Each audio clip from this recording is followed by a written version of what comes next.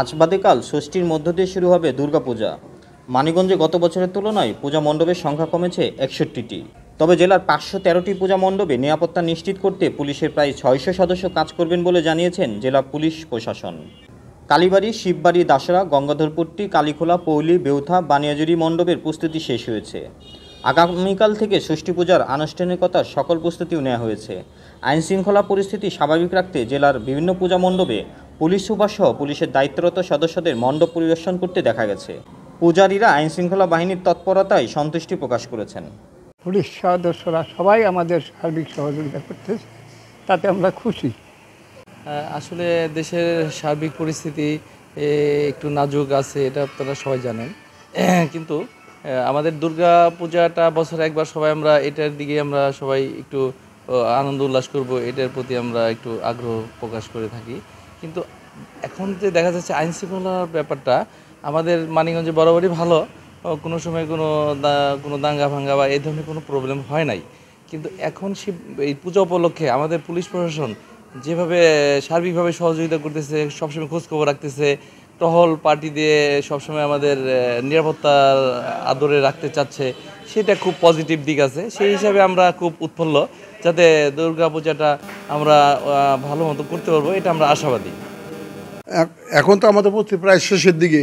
এখন কালকের থেকে মানে মোটামুটি আমাদের সম্পূর্ণ কাজ আরম্ভ হইব। এমনি তো পরিস্থিতি ভালো, এখন বর্তমানে আমাদের এই জায়গায় কোনো গণ্ডগোল কোনো কিছু হয় নাই।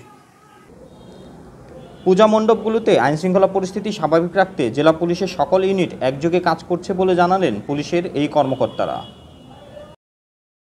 আমাদের প্রতিদিন আপনার টহল ডিউটি এবং বিট অফিসাররা প্রতিদিন প্রত্যেকটা মন্দিরে যাচ্ছেন, খোঁজখবর নিচ্ছেন এবং এখানকার পরিবেশ পরিস্থিতি স্বাভাবিক আছে।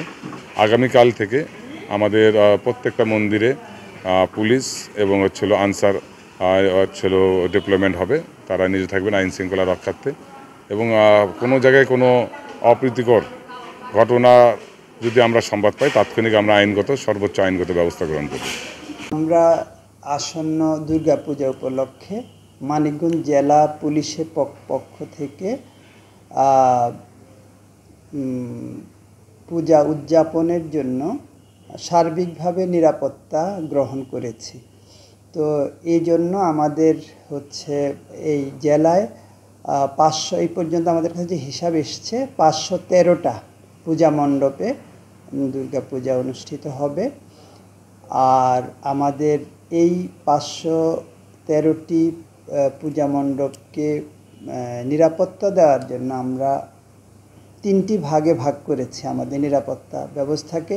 আমাদের যে টহলগুলো আছে প্রত্যেকটা থানার, সেই থানার টহলগুলোকে আমরা জোরদার করেছি এবং প্রত্যেকটা গুরুত্বপূর্ণ যে সমস্ত